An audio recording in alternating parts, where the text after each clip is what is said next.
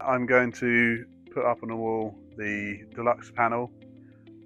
This is generally used in retrofits, but can be used in new builds.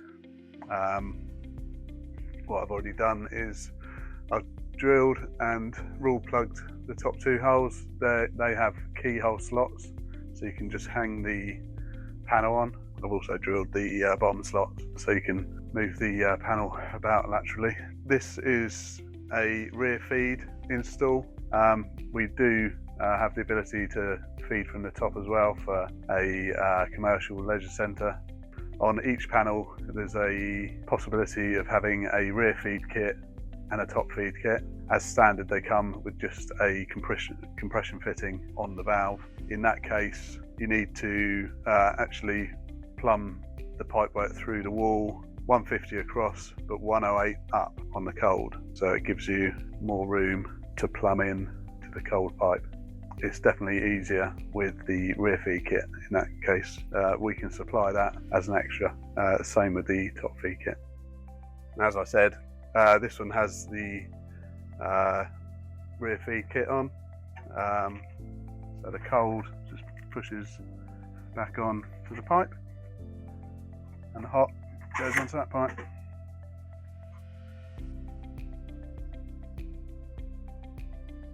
Behind me I have the back of the recess panel already mounted.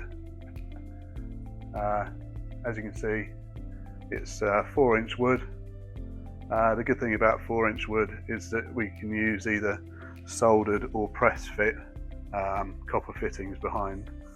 If you use 3-inch deep void, you would have to use the soldered fittings only. Radius of the press fit is too large. The noggins here need to be set 965mm apart, with the panel seated inside. The panel itself is actually screwed straight to the noggin, and then all the plasterboard, tiles and tile adhesive go on after. These side ones are only to support the plasterboard or shower board that you're using, so they need to be close but not right up against the shower panel. What we don't want to do is pull any dust or anything from behind the wall, so all the holes, all the pipes that go through, they will all have their separate grommets, including the electrics that goes in through the back. With regards to the electrics, we supply a 24 volt transformer. That needs to go to a 3 amp switch fuse bare out of the shower room. The draw on the high voltage side of the transformer is 1.2 amps.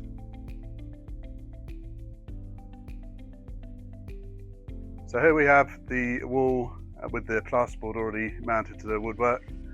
As you can see, the noggins are on show.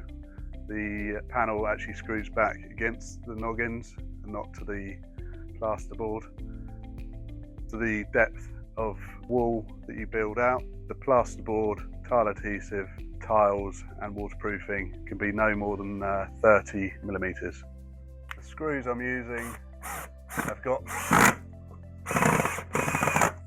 washers on, so as to not let any dust through from behind the drywall, as well as the grommets for the outlets and also the electric.